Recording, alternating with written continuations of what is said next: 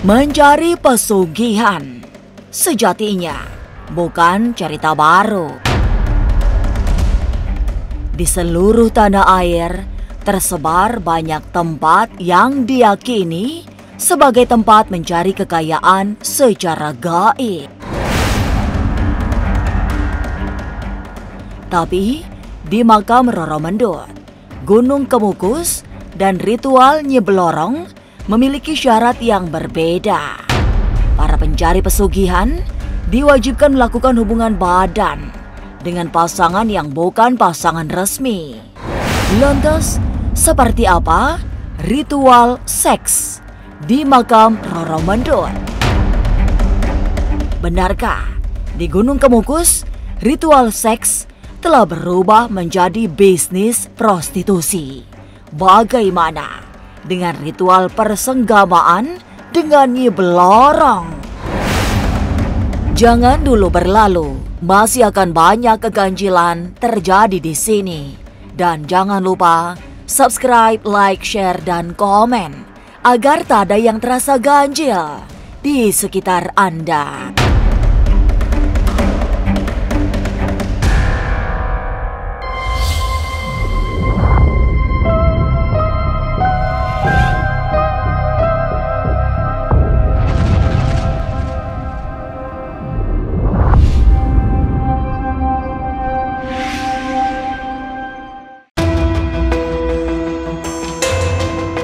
Salah satu tempat pesugihan yang populer dengan ritual seks adalah Gunung Kemukus.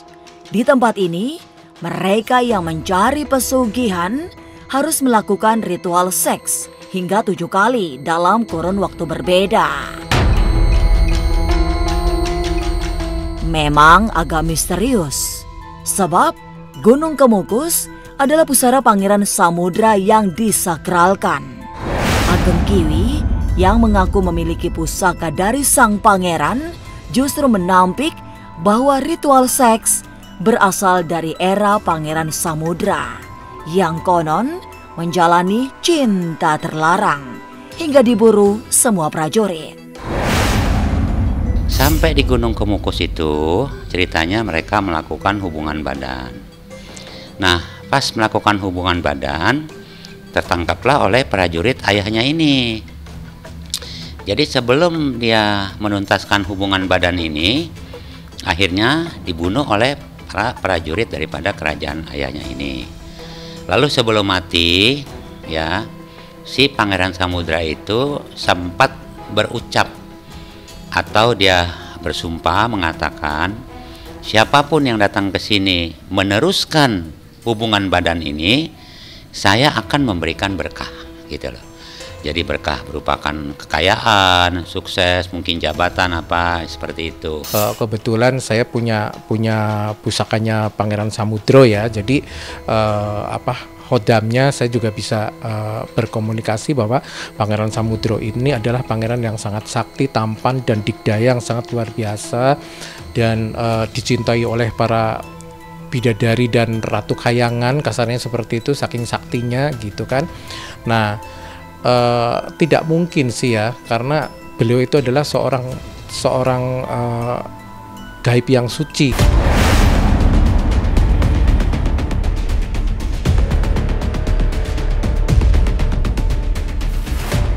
Benar, syarat mendapatkan pesugihan dari Gunung Kemukus adalah melakukan persenggamaan dengan orang yang bukan pasangan resmi. Meski demikian, dalam keyakinan Ki Bajra, syarat persebadanan itu dilakukan dengan landasan rasa suka. Tapi nyatanya, seperti disaksikan oleh Ageng Kiwi saat datang ke Kemukus, saat ini hubungan badan bisa dilakukan dengan siapa saja. Malah banyak yang menyediakan jasa perempuan yang bisa diajak melakukan ritual seks.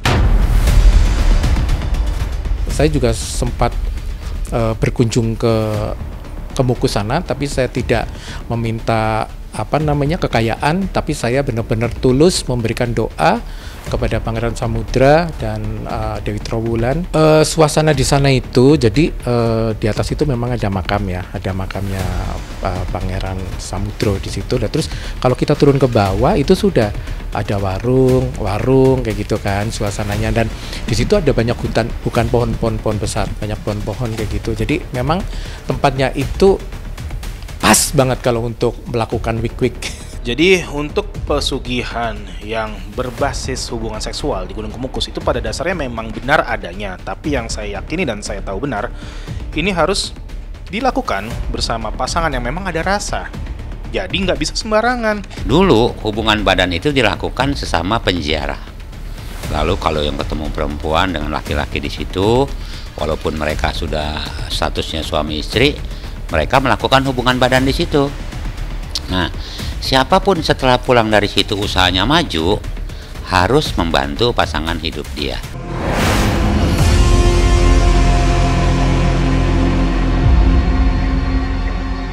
Banyak mitos beredar di sekitar Gunung Kemukus.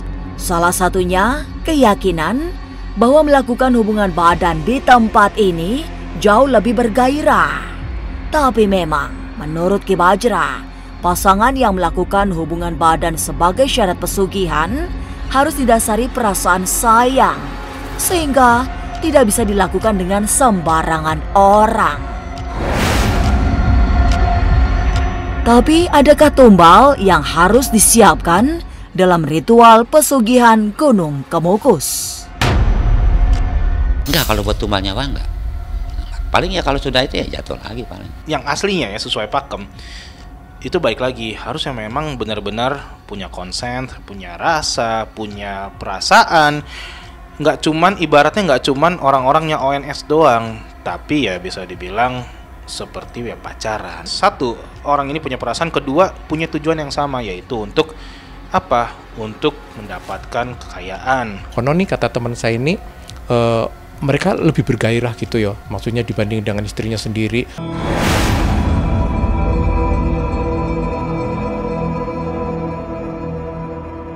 Lalu bagaimana dengan pesugihan Nyi Blorong?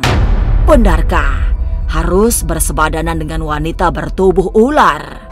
Apa saja tumbal yang harus disiapkan?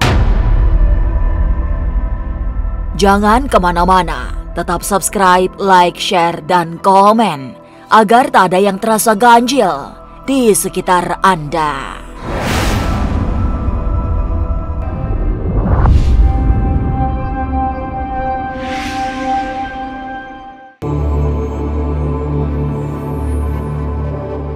Laku pesugihan yang juga dikenal harus melakukan persebadanan adalah pesugihan Nyi Blorong. Seorang yang sedang mencari pesugihan akan dituntun untuk melakukan langkah-langkah tertentu, hingga puncaknya melakukan hubungan intim dengan siluman ular. Siluman ini berbentuk manusia tapi berbadan ular.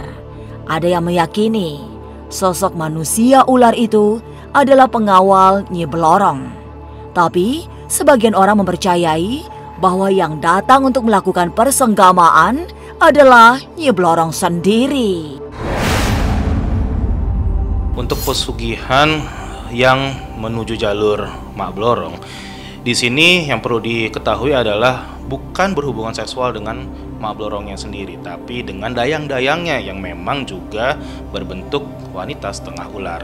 Di sini sistemnya pesugihan ini adalah memiliki negosiasi atau kesepakatan antara Mak Blorongnya langsung. Kalau habis meniduri dayang-dayangnya, berarti akan diberi uang berupa sebagian besar, ataupun nggak hanya uang sih, tapi bisa juga kesempatan-kesempatan emas, misalnya untuk bisnisnya itu bisa lebih naik lagi, karirnya menanjak, ataupun juga bagi para politikus itu bisa lebih baik lagi karirnya. Jadi yang jelas kalau sudah melakukan perjanjian ritual pesugihan tersebut, apalagi keterkaitan dengan biologis seks yang memang harus dilakukan, ini yang jelas sosok tersebut memang sosok yang memang wujudnya dari Nyi Blorong tersebut, bukan dari danyang-danyang yang lainnya atau prajurit lah ya, atau pendamping-pendamping yang lainnya.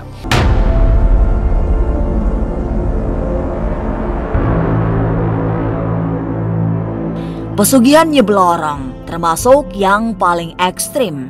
bukan saja ritual seks yang harus dilakukan dengan perempuan berbadan ular, tapi risiko yang dihadapi juga sangat besar.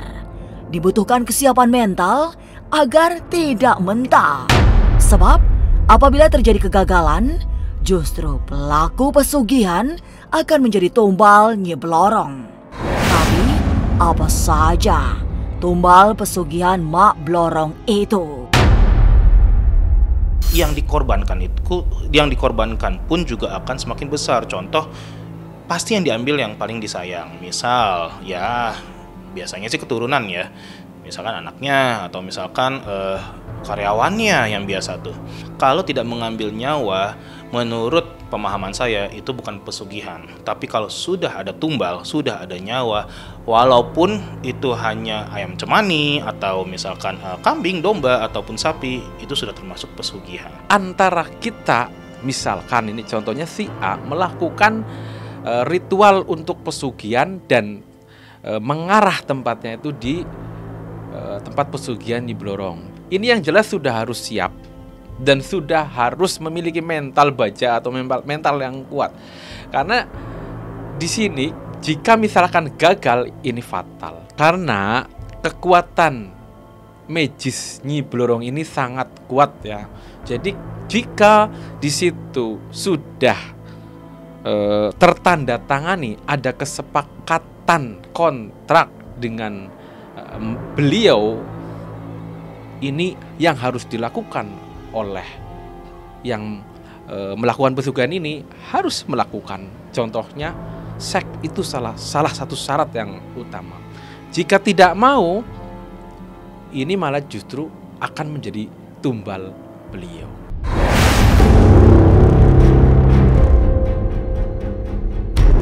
Apabila kesepakatan gaib sudah dilakukan, langkah berikutnya ialah menyiapkan peraduan khusus yang tersembunyi.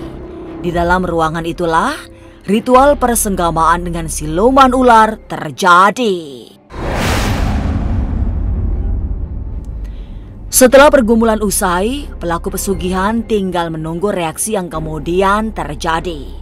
Biasanya, jika beruntung, akan mendapat sisik ular berbentuk emas yang akan menjadi jimat untuk memperoleh kekayaan berlimpah ruah.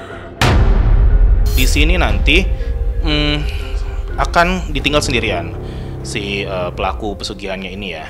Kemudian dia akan didatangi oleh dayangnya tersebut secara fisik. Dia ngeliat, tapi ini tidak bisa dilihat oleh orang lain, hanya bisa dilihat oleh dirinya sendiri. Nah kemudian mereka melakukan hubungan seksual, dan juga setelah itu diberikan satu sisik emas yang akan mengejawantah menjadi rezeki-rezekinya, menjadi uang, menjadi harta. Nah, sisik emasnya ini setelah diterima itu akan menguap. Dalam artian tidak ada di dunia fisik, tetapi ini akan menjadi perlambangan atau manifestasi dari rezeki-rezeki yang ada. Ini memang yang ditunggu-tunggu oleh sang pelaku ritual tersebut. Ini yang bentuknya ini sisik emas atau sisik naga yang memang wujud dari sosok Nyi Blorong tersebut. Dan di sini dipercayai bahwa sisik tersebut menjadi jimat, menjadi pusaka untuk sebuah kinerja usaha bisnis, dagang, pelaris. Nah, ini akhirnya di situ membentuk kekuatan energi, akhirnya cepat kaya. Mitos yang paling terkenal yang saya dengar adalah ada beberapa orang di sini yang datang untuk melakukan ritual, tapi ritualnya agak aneh pemirsa. Jadi untuk meminta satu permohonan itu, orang itu akan seorang pria yang sudah memiliki istri, dia akan meminta izin kepada istrinya untuk berselingkuh, ibaratnya memilih wanita lain dan datang ke sini untuk berhubungan intim.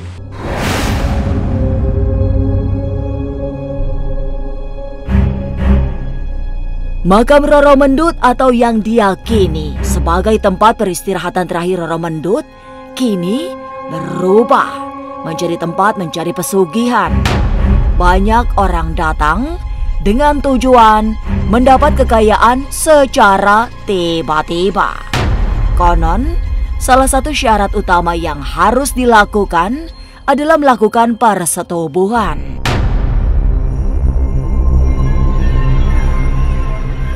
Tidak ada yang tahu siapa yang memulai ritual ini, tapi memang Roro Mendut sangat identik dengan sensualitas. Di masa lampau, ia adalah gadis cantik yang menjadi pujaan kaum pria. Ini sebenarnya terkait dengan Roro Mendut ini, sebenarnya sosok putri yang sangat cantik, tapi ini ada ikatan asmara ya, jalinan asmara yang memang terlarang. Ketika jalinan terlarang itu diketahui oleh keluarga, ini akhirnya apa? Ditegur dan dihukum. Kalau saya pribadi ya khususnya, kebetulan saya sempat ke salah satu konon makamnya Nyi Roro Mendut, yang kalau saya sih bukan di daerah Jawa Tengah, tapi saya ada di daerah Jawa Timur pada kala itu. Nyi Roro Mendut itu adalah sosok putri yang mereka punya dedikasi yang bagus gitu, dan mereka tidak ada melakukan perselingkuhan atau melakukan perzinaan, karena pada saat itu menurut cerita putri Nyi Roro Mendut ini adalah akan dijodohkan dengan salah satu pilihan orang tuanya. Tapi Nyi Roro Mendut ini nggak senangnya sama Pangeran Pronocitro.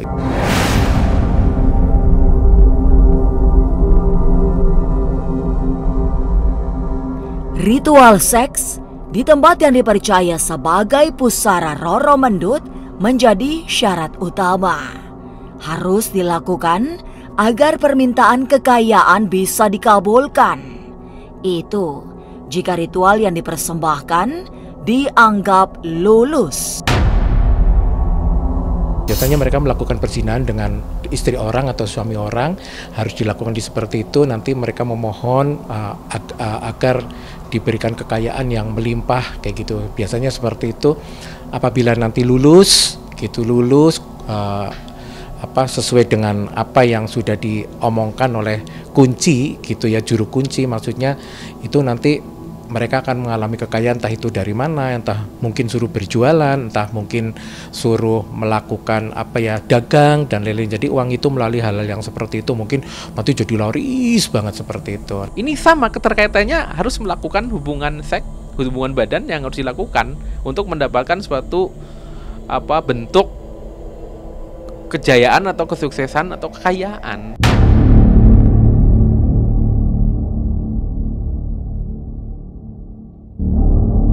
Seperti di tempat lain, pesugihan Roro Mendut juga bisa berubah sangat berbahaya. Andai kata ritual gagal, bersiaplah untuk menjadi jauh lebih sengsara hingga puncaknya. Jika tidak kuat menanggung kesengsaraan hidup, nyawa menjadi taruhannya. Apalagi dalam telisik mistik Ki Candaan Langit, ada kekuatan gaib yang baik dan buruk saling tarik-menarik di tempat itu. Saya lihat ini kekuatan pesugihan Roro Mendut ini sebenarnya luar biasa. Walaupun yang sangat dikenal justru yang lain, tapi ini kekuatannya tuh luar biasa. Ini saya hanya merasakan energi tersebut ya, energi gaib. Dan di sini energi gaib ada tanda kutip, gaib yang baik dan gaib yang kurang baik. Apabila dengan perjanjian yang tidak ditepati, itu nanti lama-lama akan kembali turun ke bawah, malah bahkan lebih sengsara, lebih dahsyatnya itu lebih hina, jadi manusia yang sangat kotor dan manusia yang sangat paling terpuruk di muka bumi ini. Biasanya seperti itu. Kalau kuat, kalau nggak kuat bisa langsung mati, mungkin bisa gila dan lain-lain.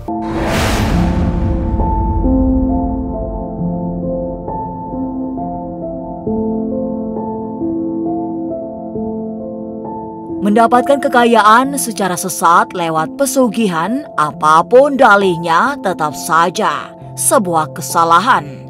kesalahan besar malah. Apalagi melalui ritual persebadanan yang tidak masuk akal. Maka, jika ingin sugih, jangan pernah menempuh jalan yang salah. Inilah ganjil yang akan menguak berbagai misteri di alam nyata dan tak kasat mata. Sampai jumpa pada episode selanjutnya dengan kisah-kisah ganjil setiap hari Senin, Kamis, dan Jumat pukul 5 sore. Tapi sebelumnya, jangan lupa subscribe, like, share, dan komen agar tak ada yang terasa ganjil di sekitar Anda.